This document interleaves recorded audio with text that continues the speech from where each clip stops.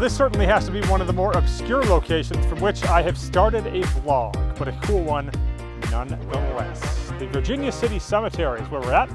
I'm shooting a Silver State site, which will air here in a couple of weeks. Some say this place is haunted. I personally have not seen any ghosts since I've been here, but hey, it's gonna make for a cool segment nonetheless in a town that's always cool to check out. If you've never been to Virginia City, definitely make the point to swing by if you ever come here to Reno or to the Peppermill. But it is live poker today once again. We had one and done in terms of weeks with the old graphics. I kind of knew when I put them in there that they weren't easy enough to see, but I couldn't find the ones that I needed. Well, several of you stepped in and offered to find them for me, and help was appreciated, so we got them. The new graphics, they're ready to go. And we are going to have those on this edition of the vlog. Some $5 no limit hold'em action at Peppermill.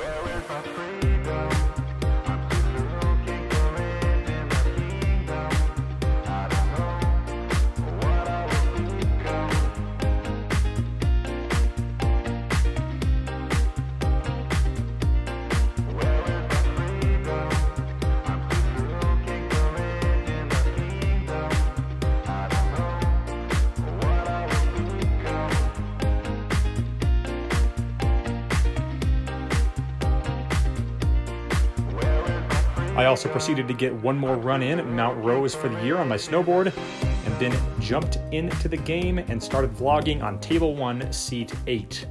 Started off by raising pre-flop with ace-9 of clubs and flopping the nut flush draw.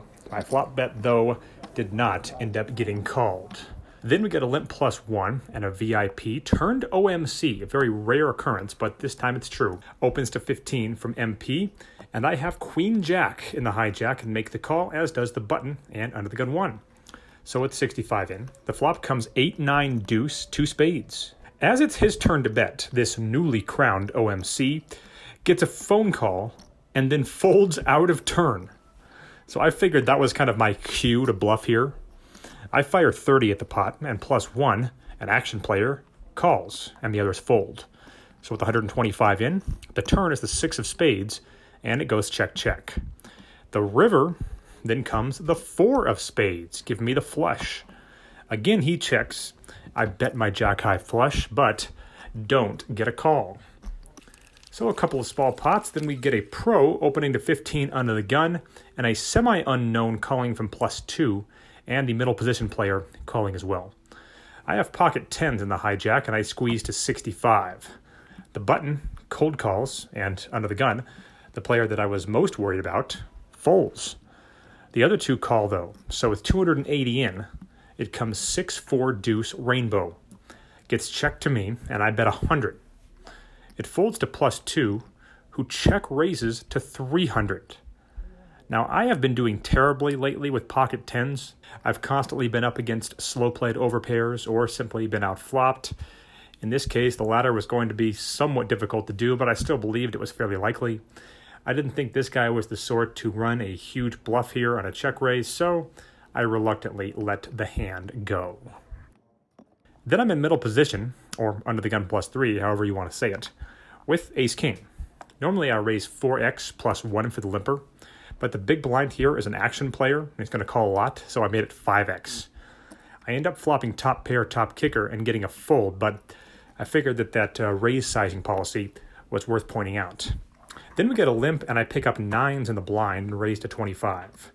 The aforementioned action player makes the call, so with 50 in, it comes king, deuce, deuce, rainbow, and I check. He bets 50, and I make the call. With 150 in, the turn is another king, which seemed like a good card for me, making it less likely that he has a king. I check, and he bets 60. The concern that I now had was that he wasn't betting more. He's the type of guy that if he's going to bluff, he's going to bet more. But that said, I still decided to make the call.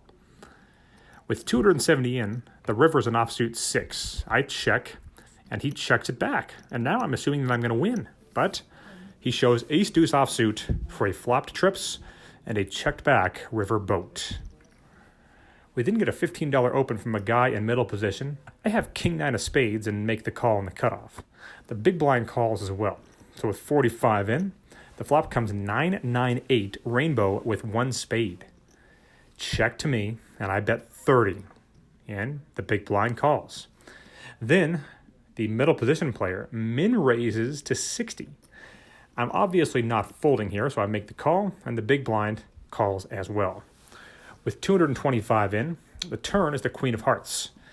He bets 75. I make the call. The turn is the queen of hearts. Middle position bets 75. I'm, of course, still not going to be folding here, and I figure that I might as well just call and give the big blind a chance to come along as well, and she does. So with 450 in, the river is the 4 of diamonds. MP bets 85, and I make the call.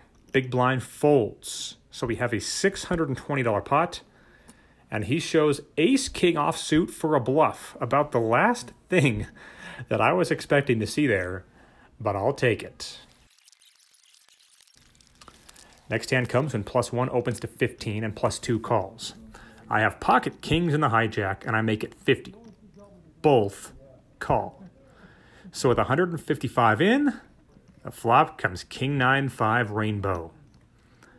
Abe Lyman once told me that a small bet is the same as a check when you're slow playing a hand, but that actually gets money in the pot. So I decide to incorporate that strategy and bet $25. Both call. So with 230 in, the turn fills me up. It's a 5. Again, it's checked to me. Assuming both of these guys were still quite weak, I decided to do the exact same thing.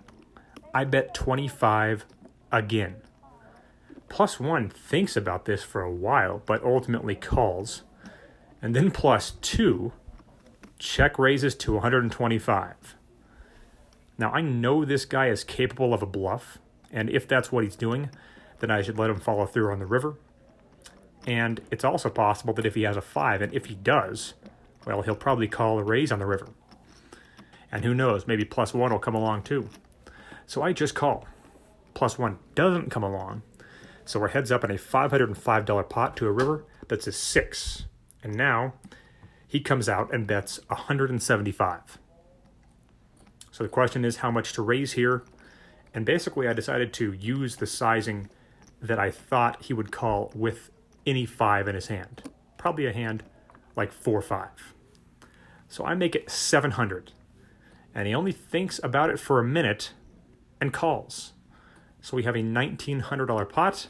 I believe he did show a 5. I didn't get a great look at it. I didn't see his other card at all. But either way, we take down a very nice pot. We play for 1 more hour on what was a relatively short session, rack up, and book a win.